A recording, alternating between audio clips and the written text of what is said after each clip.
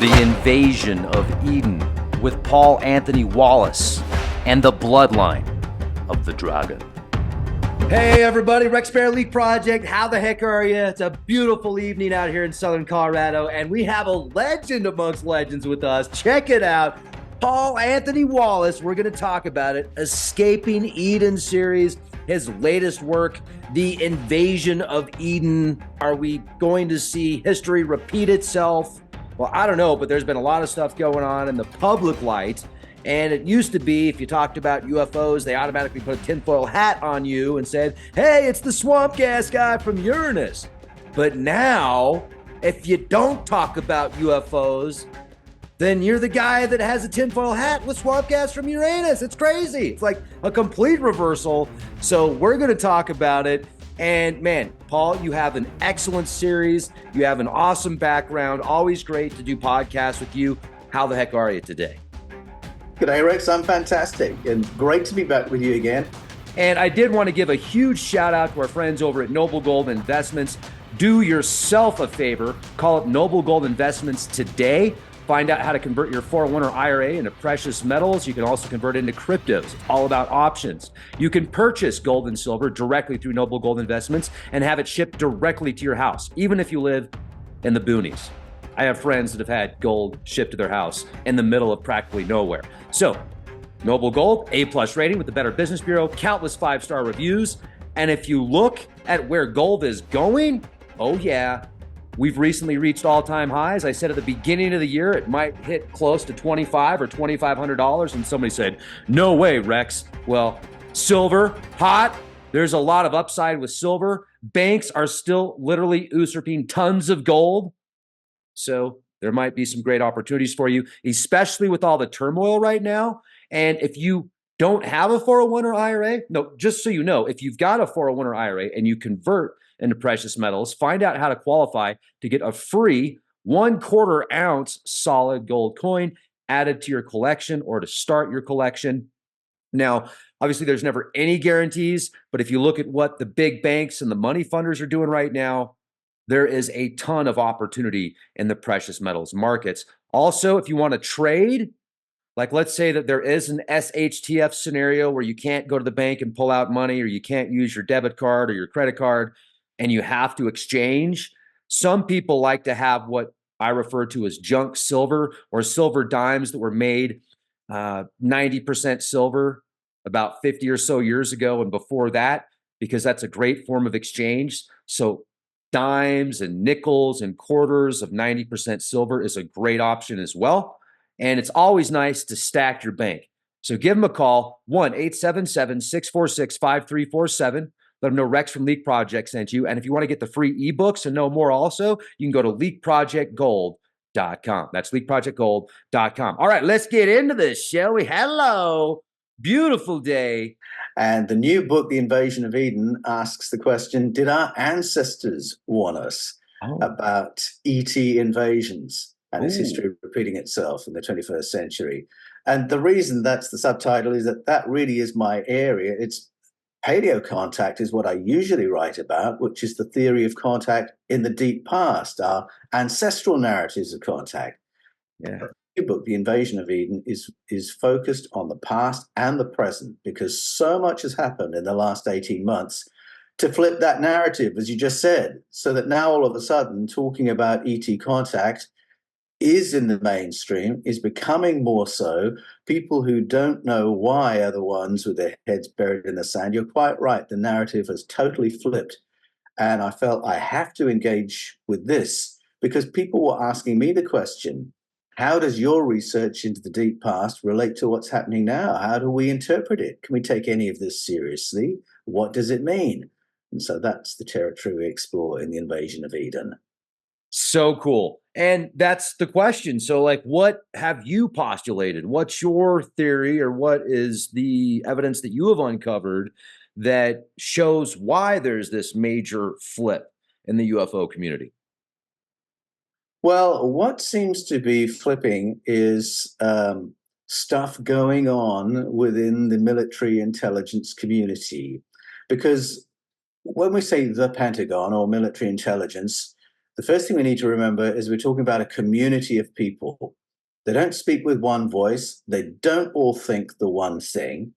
And we got to see a little bit of what the conflicts and conversations are going on right now surrounding current ET contact within the walls of the Pentagon.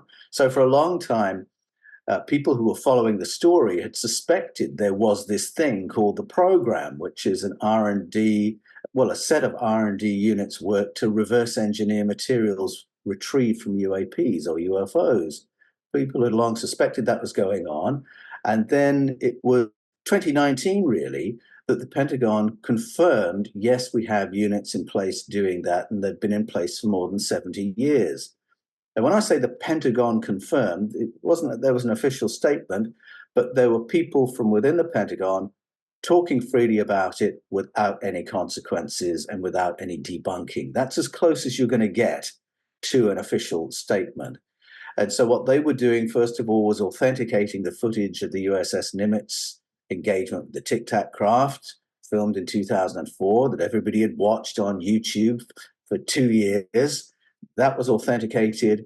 And then the voices that spoke went to the next step and said, yes, we've had these units in place for more than 70 years. Those stories were then corroborated by voices from other countries.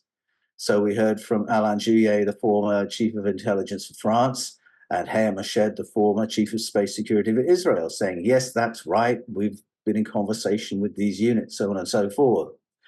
So there's been this move towards disclosing more, and we saw a heap of that last year with the hearing, the House Oversight Subcommittee hearing on July the 26th, where we heard from Ryan Graves, David Fravor, and David Grush, speaking about the program to members of Congress. And again, you have to realize everything they're saying has been cleared by the Inspector General of the Intelligence Community, by DOPSA, which is the Department of Defense Office of Pre-Publication Security Review. Everything they're saying has been cleared by a group of people. So you're listening to a whole community when you hear them speak. But then the day after, we have a tweet from Sean Kirkpatrick, who was the chief of ARROW, the All-Domain Anomaly. Then the very next day, we heard from Sean Kirkpatrick, who at the time was the chief of ARROW, that's the All-Domain Anomaly Resolution Office. He tweeted saying this was all absolute rubbish. That hearing was a total insult to the people in my unit. In all the time I've been leading it, I found no evidence of a program or anything like it. And so you've got two opposite messages being put out almost simultaneously, although it was very clear Sean Kirkpatrick was reacting. It was a very angry tweet. And within a very short time, he was, in fact, effectively stepped down by a new layer of oversight being brought in, Kathleen Hicks, the Deputy Secretary of Defense. And then not long after that, he moved on, saying he had achieved everything that he intended to achieve. And when that happened, I mean, first of all, that illustrates what I'm saying. There's a push and pull here. There are some who want more disclosure. There are some who don't. There are some who want the public knowing more and some who want the public knowing less. And I think the fact that Sean Kirkpatrick was moved on rather embarrassedly indicates this was a genuine conflict. This wasn't just theatre. This wasn't just for the stage. And the language used in all the announcements around Sean Kirkpatrick's removal was all the language of transparency. Now, let's not take this at face value, because the idea that secret services exist to be transparent with the general public is some kind of a joke. But the fact that they were using this language, that Kathleen Hicks said, we applaud Sean Kirkpatrick's commitment to transparency, and we will build on that legacy, and I will be transparent with the American public and with members of Congress. The fact they felt they needed to use that language tells you the pressure is on. And in that public stoush, the Pentagon was feeling pressure from the public via Congress around accountability concerning the program, because it's accountability concerning trillions of dollars of public money that has been given to private corporations. That's public money. So shouldn't we all know what's happening? How far forward are we in this program?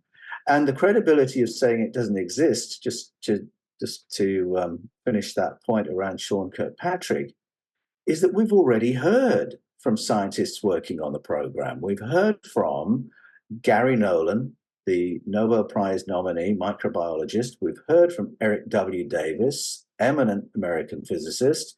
We've heard from Jacques Vallée, eminent French physicist. They've told us what the materials are they're working on. They've told us the evidence they were engineered off planet, outside of our atmosphere. They've told us what they think the materials do and how they think they were engineered, and the fact that we're trying to replicate them. So the information out there in the public domain, and then Sean Kirkpatrick saying, no, none of it exists. That leaves the general public knowing something's going on and working out why there's this push and pull and asking, well, what can I believe? And that's what the invasion of Eden is all about. And that's intense. Like, I got to say, that's really intense. And so when Haim Eshed came out and said that there are humans working with Martians on Mars or underneath the surface of Mars, and those on Mars aren't ready to make themselves known yet because we don't know enough about space or something along that line. I want to get yes, that's right. So what's your take on that? And what is your, like, has there been any information since then? Or was that it? Well, really, what we've heard from those three scientists has put a little bit of detail on what Haim Eshed was saying back in December 2020, which is when he launched his book, The Universe Beyond the Horizon. And he talked about collaborations between our visitors / overseers and those in the covert technological community working on these things.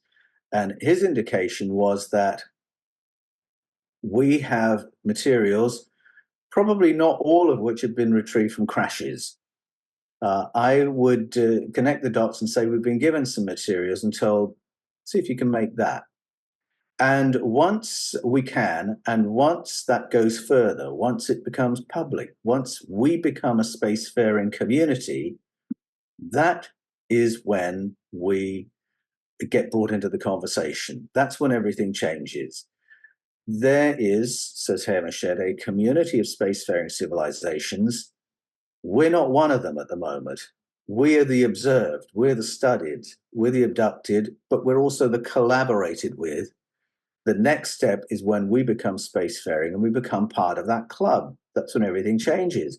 So now we've heard from Eric Davis, Gary Nolan, Jacques Vallée, some of the detail of this collaboration, of how far forward we are. When Haim Eshed says that we all, that's you and me, need to have a better understanding of what space is and what spaceships are, he's talking about space-time mastery, space-time manipulation, because only once you can do that are you going to travel interstellar distances. And we've heard from these three scientists that is exactly what we're working on, that we have learned that the fabric from which our visiting craft are made has some kind of an anomalous effect on the space-time around it, that the material creates a little space-time bubble.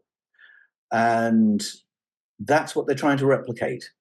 And as soon as we can replicate those properties, create material with those properties, then we're 99% of the way to joining the club. So that's the detail that emerged last year.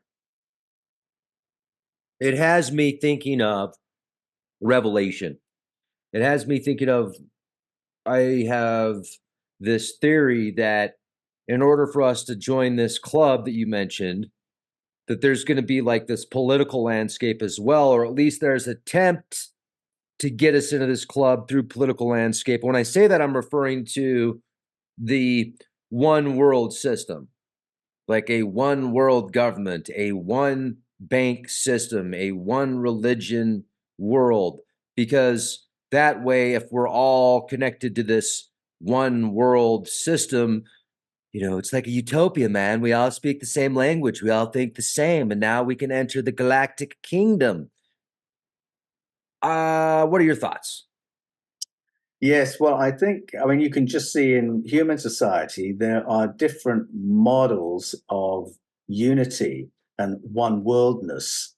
And a great illustration of this is in the Star Trek universe, where you've got two models being offered. So, on the one hand, you've got the United Federation of Planets, which is sovereign species working together to explore the universe, to explore life and learn how to get on together. That's what the United Federation of Planets does. And then they come across the Borg, which is all about absorbing everybody else into their system and machinizing everybody so that it can be managed by the hive mind. And I love the drama of that because it reflects, I think, how we're feeling in the world today.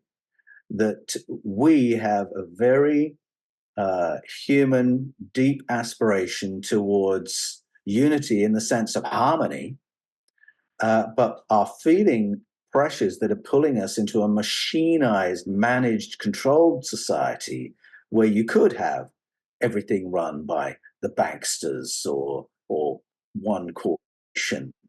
I mean, I think one world government, we very often look to international institutions and worry about them. And there may be some worrying international institutions, but I think the real power is in corporations at the moment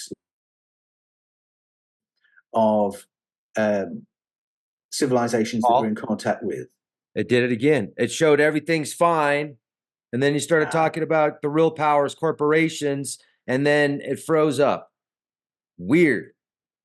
It's even showing that I've got 5 bars and everything's good. And anyway, so we feel these two alternative models of unity, one that is really about freedom and love and harmony, and one that's all about management and control. We can see it play in society. And I think those two different cultures of unity reflect at the ET layer as well. And I say that because both storylines are in our ancestral stories. So we have stories of interventions in the deep past designed to give human beings a happier human experience, living in harmony with the planet. But then you have stories of other species turning up who were all about exploitation and colonization and management and control, and then things go in another direction. And I think there are more ET demographics surrounding planet Earth today than they were in the deep past. I'm somewhat hopeful. I think just the fact that you and I are still here and having this conversation suggests that the balance of power has been somewhat in our favor, that the beings who are here, who are pro-human, who like us, who want us to have a positive experience, have had the upper hand for some time. And yet, I think we can still see influences of other input. So, for instance, if I go to the work of Robert Kirk from the 1600s, he says, if you look to decisions made at an uber political level, if decade after decade, they're all moving in the direction that favors the 1% and is very bad for everybody else, policies that seem to have no human compassion in them, those might be clues that those decisions are made by forces with no fellow feeling towards ordinary human beings. And there may be an ET reason for that. So I think every time we see that, that should make us ask, all right, who are we talking to? And is the balance of power where it needs to be? And what kind of conversation should we have moving forward?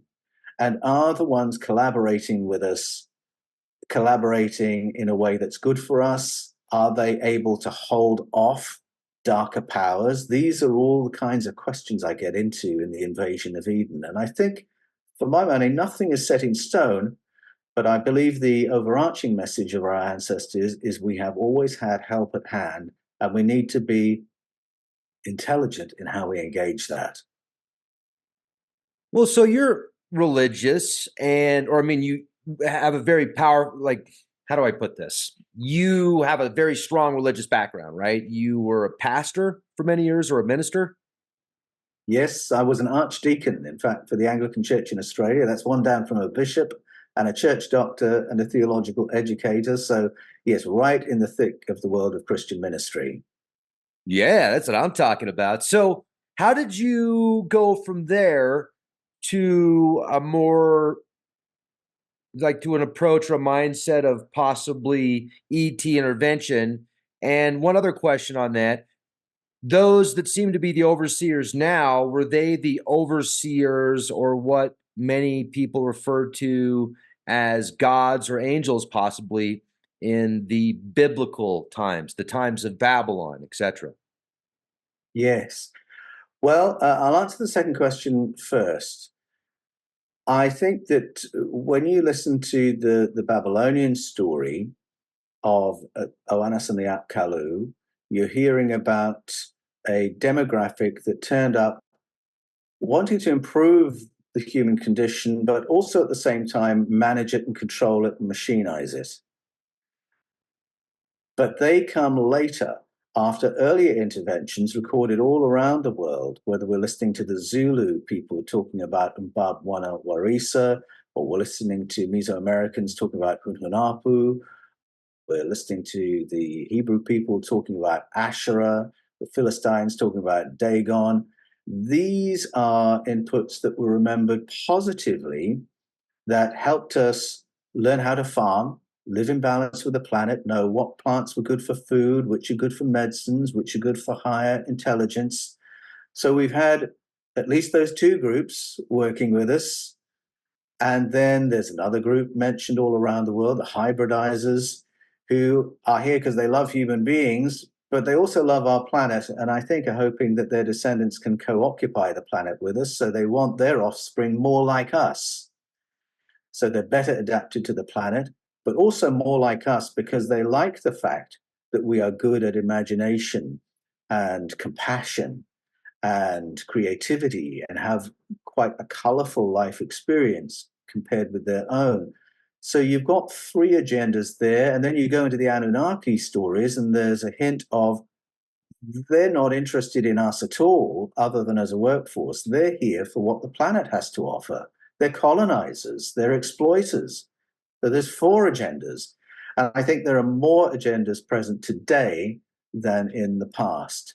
So it's a more complex question than, oh, are they still here? Are they still influencing things? I think the answer is yes, but it's a much more complex picture. And how I discovered this from my nice, safe world of Christian ministry was through Bible translation. I was training pastors in hermeneutics, that's the principles of interpretation of texts.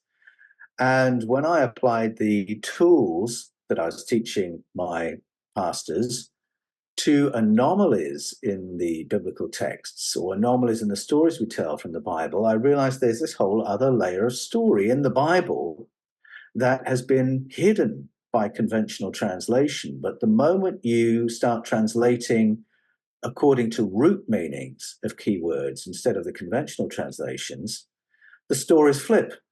And a lot of stories that we thought were God's stories turn out to be stories of the Elohim. And that word doesn't mean God, it means the powerful ones. And so in my book, Escaping from Eden, I asked the question, what happens if we reread the stories of the Elohim, but leave the word untranslated? What happens? And you begin to recognize Elohim are plural beings who are conflicting with each other, as I was just saying, conflicting over Project Earth, going to war against each other, thousands of human beings being caught in the wars between them. And as I read these stories through that lens, I recognized these are just a repeat, a restatement of ancient stories from out of Sumeria, Babylonia, Arcadia, and Assyria. And the source narratives are not about God at all. They're not religious texts. They're stories about what they called sky people. And of course, we have a word today for sky people and for the activities described. We would talk about extraterrestrials.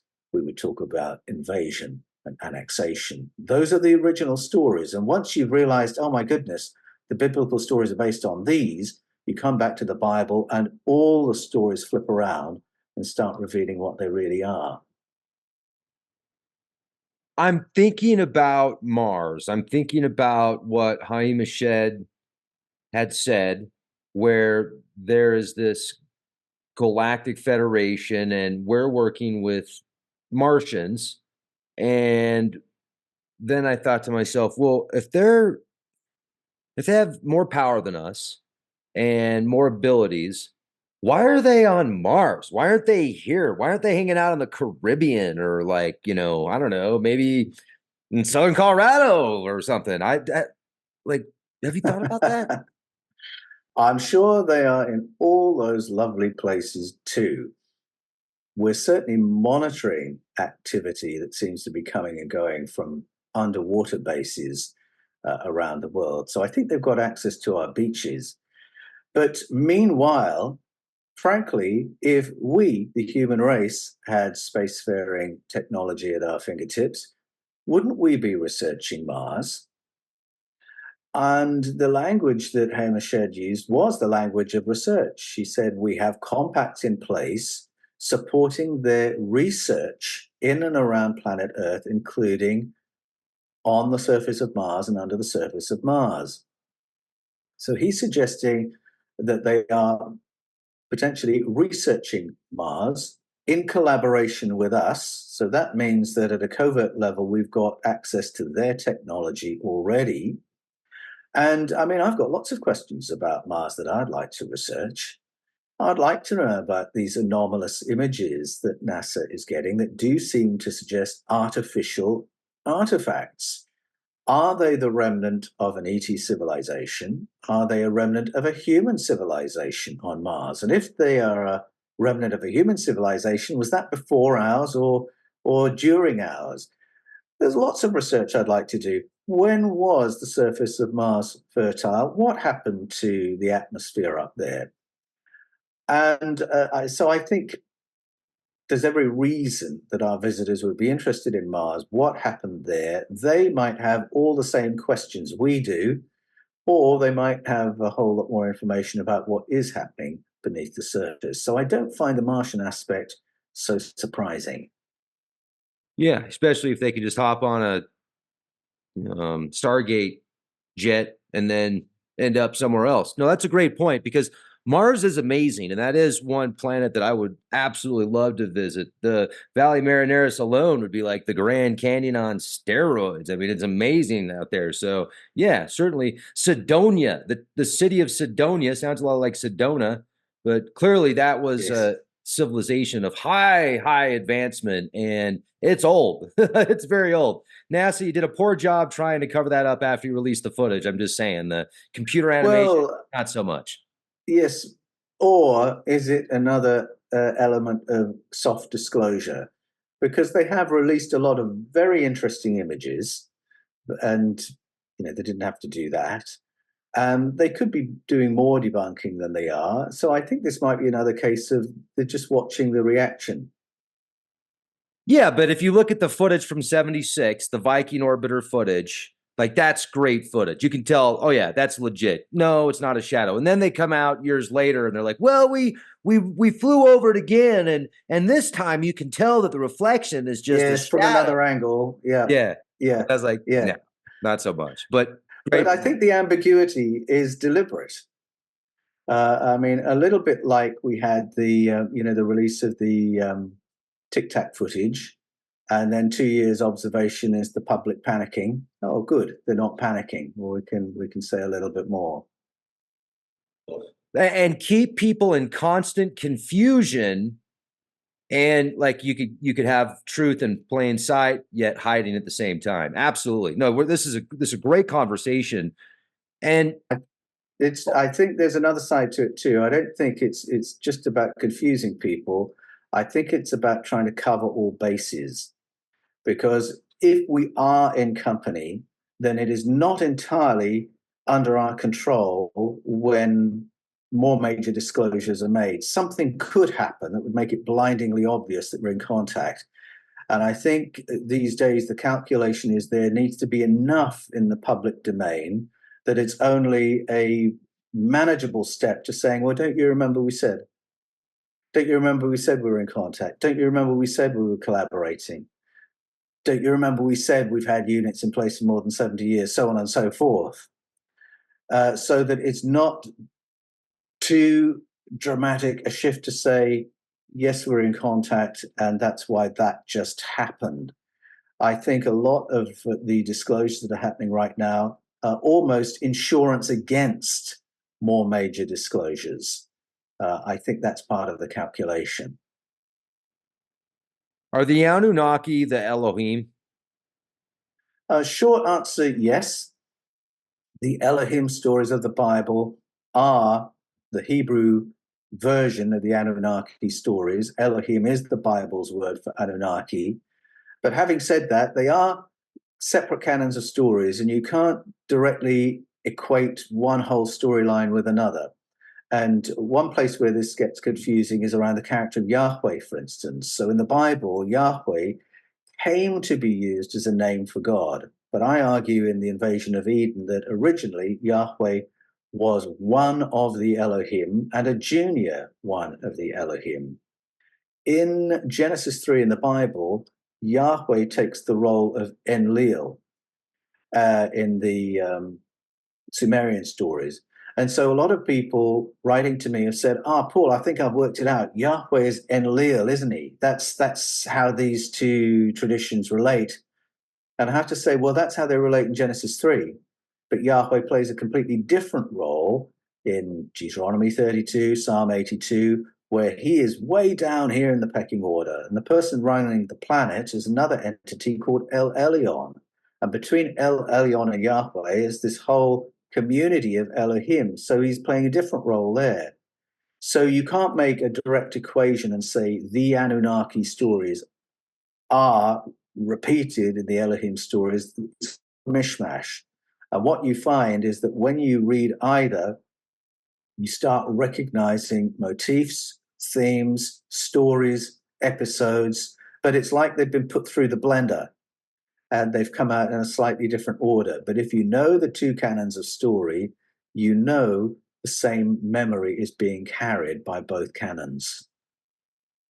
So when they refer to Enlil or Yahweh reaches Enlil, is that a title? Is that a position?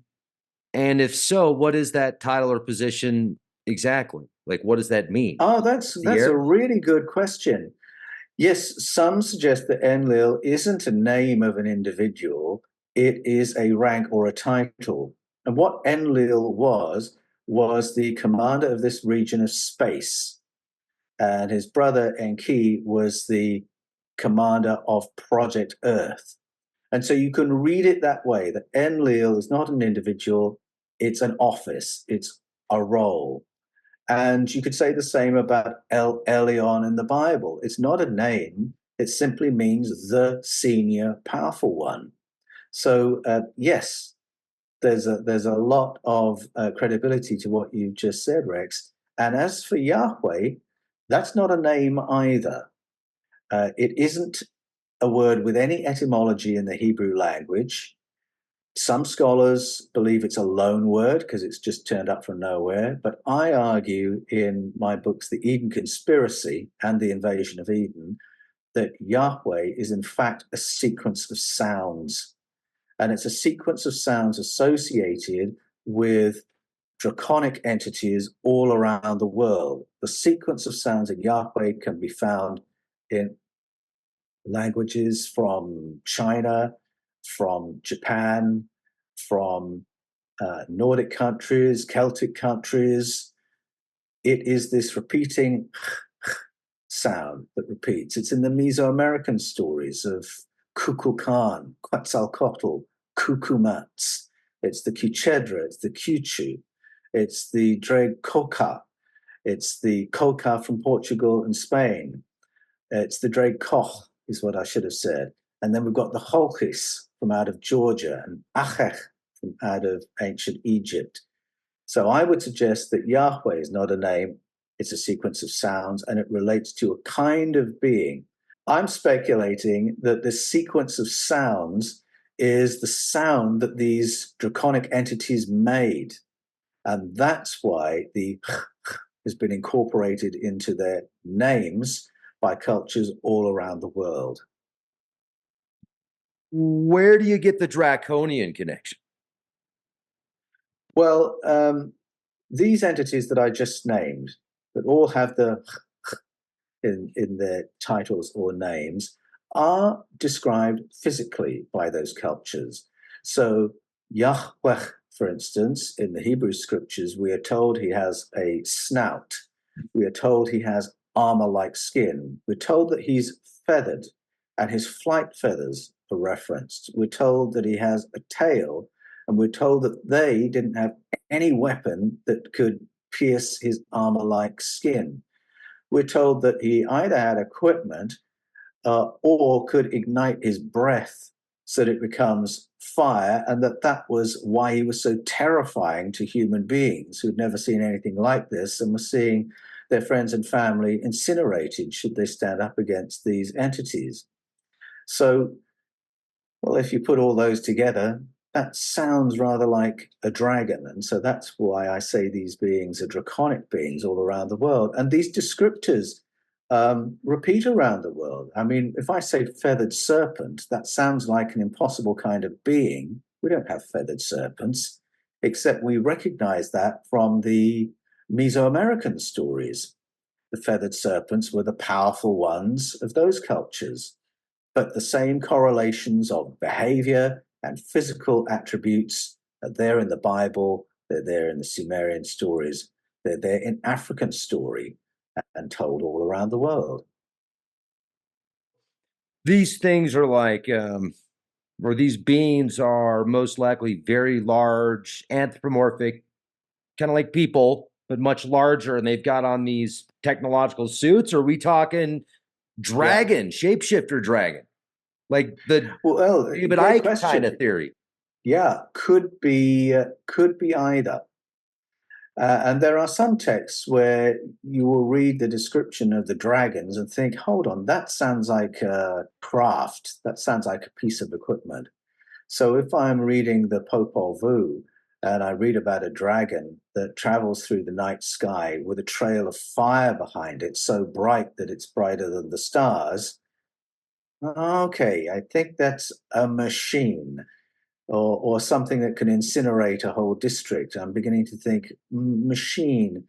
But then there are other texts where it looks like a face-to-face conversation with some kind of an entity that says, no, reptilian entity.